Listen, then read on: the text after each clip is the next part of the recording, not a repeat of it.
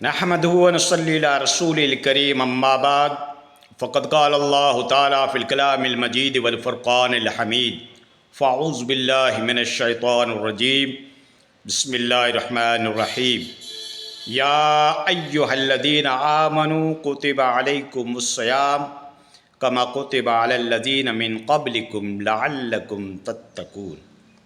محترم ناظرین اور معزز سامعین، اس ماہ مبارک کی نسبت سے چند ایک مسائل میں آپ کے سامنے بیان کرنے کے لیے حاضر خدمت ہوا ہوں، جو اکثر ہمارے عوام کے بیچ کے اندر ایک غلط فہمی بنی رہتی ہے چند ایک مسائل کو لے کر، خصوصاً عوام کے اندر، کہ وہ اپنا تھوک جو ہے وہ پھینکتے رہتے ہیں اور تھوک کو نکلنے کی بابت سمجھتے ہیں کہ ہمارا روزہ ٹوٹ جائے گا۔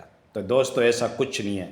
اپنا تھوک نکلنے سے روزے میں کوئی فرق نہیں آئے گا، سرما لگانے سے روزے میں کوئی فرق نہیں آئے گا، اس طریقے سے سینٹ، خوشبو، بال کٹوانا اور اس طریقے سے کلی کرنے کے بعد جو گلا تر رہ جاتا ہے اس پانی کو بھی اگر آپ نگل جاتے ہیں تو اس سے روزے میں کوئی فرق نہیں آئے گا۔ حجامت کرنے سے روزے میں کوئی فرق نہیں آئے گا، اس طریقے سے مسواک کرنے سے روزے میں کوئی فرق نہیں آئے گا، چاہے آپ ہری لکڑی کا مسواک کر رہے ہو، اس سے روزے میں کوئی فرق نہیں آئے گا۔ آپ نے حالت جنابت یعنی ناپاکی کی حالت کے اندر روزہ رکھ لیا، کیونکہ شہری کا وقت مختصر تھا، آپ نے جلدی روزہ تو رکھ لیا لیکن اسنان نہیں کیا، تو بعد میں بھی آپ اسنان کر سکتے ہو، حالت جنابت میں بھی آپ روزہ رکھ سکتے ہو۔ اگر آپ نے کچھ کھایا پیا نہیں اور سورج نکل آیا، اب اگر آپ روزے کی نیت کرنا چاہتے ہو تو اب بھی تم روزے کی نیت کر سکتے ہو، 8 بجے 9 بجے 10 بجے تک آپ روزے کی نیت کر سکتے ہو۔ اس بیچ کے اندر آپ نے کچھ کھایا پیا نہیں ہے تو ٹھیک ہے نا، آپ روزے کی نیت بعد میں بھی کر سکتے ہو۔ تو دوستو، چند ایک یہ مسائل تھے، اور اپنے عورت کے ساتھ مطلب دل لگی کرنے سے، ہنسی مذاق کرنے سے، بوسہ لینے سے روزے میں فرق نہیں آتا ہے۔ ہاں، انٹر کورس سے بچنے کی کوشش کریں، انزال منی ہو اس سے بچنے کی کوشش کریں، اس سے روزہ فاسد ہو جائے گا اور آپ کے اوپر کفارہ بھی لازم ہوگا۔ اگر آپ ہینڈ پریکٹس کرتے ہیں، مس زنی کرتے ہیں، تو اس سے بھی روزہ ٹوٹ جائے گا۔ اس روزے کی آپ قضا کر سکتے ہو یا پھر فدیہ دے سکتے ہو، لیکن روزہ ٹوٹ جائے گا، اور جان بوجھ کر ہم بستری کرنے سے تو روزہ ٹوٹ جائے گا اور اس کے اوپر کفارہ بھی لازم ہوگا۔ اور روزے کا کفارہ ہے 2 مہینے مسلسل روزہ رکھنا یا پھر 60 مسکین کو کھانا کھلانا، یہ روزے کا کفارہ ہوتا ہے۔ تو اس سے بچنا چاہیے دوستو۔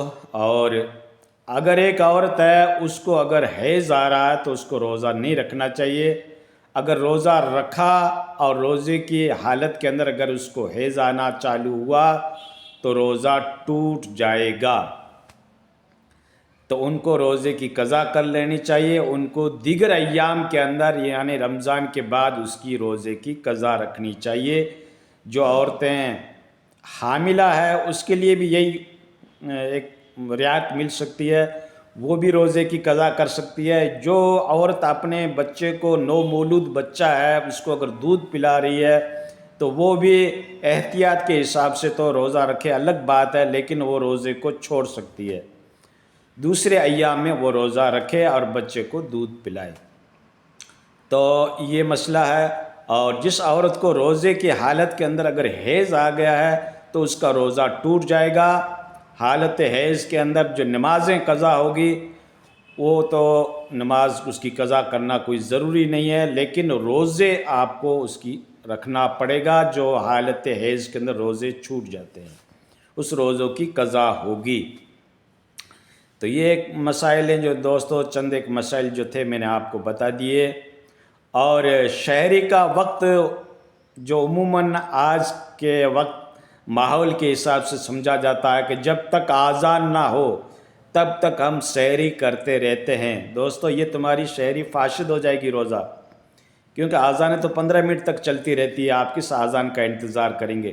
جو ٹائم آپ کو بتا دیا گیا ہے، اور آج موجودہ زمانے کے اندر ماڈرنائزیشن یہ زمانہ ہے، کئی ہمارے پاس گھڑی وغیرہ کے، موبائل وغیرہ کے آلات ہمارے پاس موجود ہیں، آپ اس ٹائم کو دیکھ لیا کریں جو شہری کا لاسٹ ٹائم بتایا گیا، اس وقت اس سے احتیاطاً 1-2 منٹ پہلے اپنے روزے کو کلوز کر دیں، شہری کو بند کر دیں، ٹھیک ہے؟ ہاں، اذانیں تو بعد میں بھی دی جاتی ہے، کہیں 5 منٹ بعد میں اذان لگتی ہے، کہیں 10 منٹ بعد میں لگتی ہے، تو اذان کا آپ انتظار نہ کریں بلکہ شہری کے وقت کا آپ احتیاط کریں۔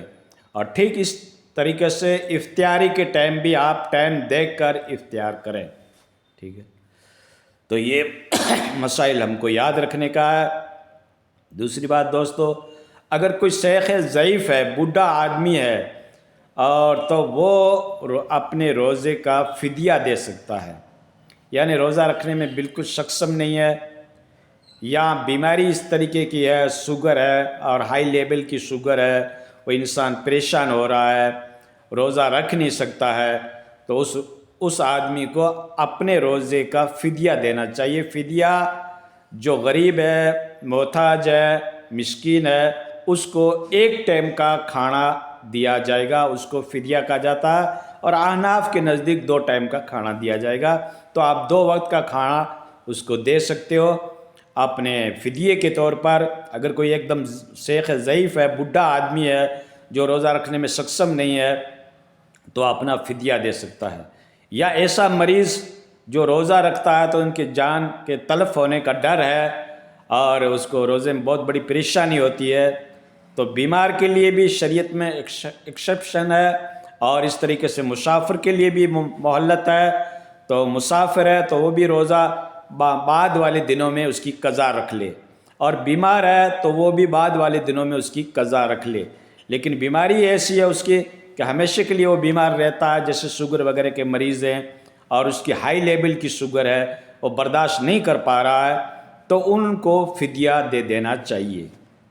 ایک آدمی کا کھانا اس کو دینا پڑے گا، یا اس کی قیمت دینی پڑے گی، جو غریب ہے، محتاج ہے، مستحق ہے، اس کو دینا پڑے گا۔ اور روزے کا کفارہ، اگر آپ نے جان بوجھ کر روزہ توڑ دیا تو اس کا جو کفارہ ہے وہ 2 مہینے کنٹینیوٹلی آپ کو روزے رکھنے پڑیں گے، یہ روزے کا کفارہ ہے۔ یا پھر آپ کو 60 مسکینوں کو کھانا کھلانا پڑے گا، یہ روزے کا کفارہ ہے۔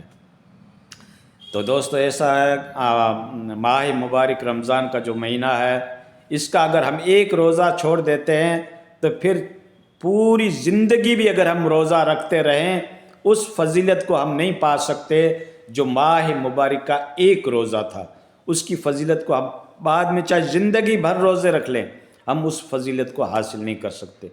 تو دوستو اتنا بڑا ثواب ہے اس مہینے کے اندر، خیر و برکت والا مہینہ، اس کی قدر و قیمت کو سمجھنا چاہیے۔ بنا عذر، بنا وجہ روزہ نہیں چھوڑنا چاہیے، دوسرے بھائیوں کو بھی تلقین کرنی چاہیے تاکہ وہ بھی روزہ رکھیں، اور روزہ رکھوانے کا بھی اہتمام کریں اور روزہ کھلوانے کا بھی اہتمام کریں۔ دوسری بات دوستو، زکوٰۃ کے جو مسائل ہیں، کئی ایک لوگ پوچھتے رہتے ہیں کہ مولوی صاحب اگر ہمارے پاس کوسٹلی گاڑی ہے 20 لاکھ 30 لاکھ 50 لاکھ کی، تو کیا اس کے اوپر زکوٰۃ ہوگا؟ دوستو جو چیزیں آپ یوز میں لے رہے ہو، گاڑی ہے جو آپ اس کو یوز میں لے رہے ہو تو اس کے اوپر زکوٰۃ نہیں ہے۔ مکان ہے چاہے 1 کروڑ کا ہے، اگر آپ اس کو استعمال کر رہے ہو تو اس کے اوپر زکوٰۃ نہیں ہے۔ ہاں ایکسٹرا اگر مکان ہے یا پلاٹ ہے تو اس کے اوپر زکوٰۃ ہوگا۔ جو بزنس کی نیت سے، تجارت کی نیت سے آپ نے زمینیں لے رکھی ہے تو اس کے اوپر زکوٰۃ ہے۔ یا آپ کا وہ ہائی فائی آپ نے دکان کھول رکھا ہے جس کے اندر سامان بھرا ہوا ہے، جو صاحب نصاب کے زمرے میں آتا ہے، تو آپ کو اس کی بھی زکوٰۃ دینی پڑے گی۔ اور جو یوز میں آپ لا رہے ہو تو وہ چاہے کروڑ کی گاڑی ہے اس کے اوپر زکوٰۃ نہیں ہے، چاہے کروڑ کا مکان ہے اس کے اوپر آپ کا زکوٰۃ نہیں ہے۔ ایکسٹرا ہے یا دھندے اور بزنس میں جو گاڑی چل رہی ہے تو اس کے اوپر زکوٰۃ ہے دوستو، ٹھیک ہے؟ بیچنے کی نیت سے آپ نے اگر کوئی گاڑیاں خرید رکھی ہے تو اس کے اوپر زکوٰۃ ہے۔ تو یہ ہے دوستو، اور چند ایک مسائل جو تھے میں نے آپ کو بتا دیے، اللہ تعالی ہمیں ان کے اوپر عمل کرنے کی توفیق نصیب فرمائے۔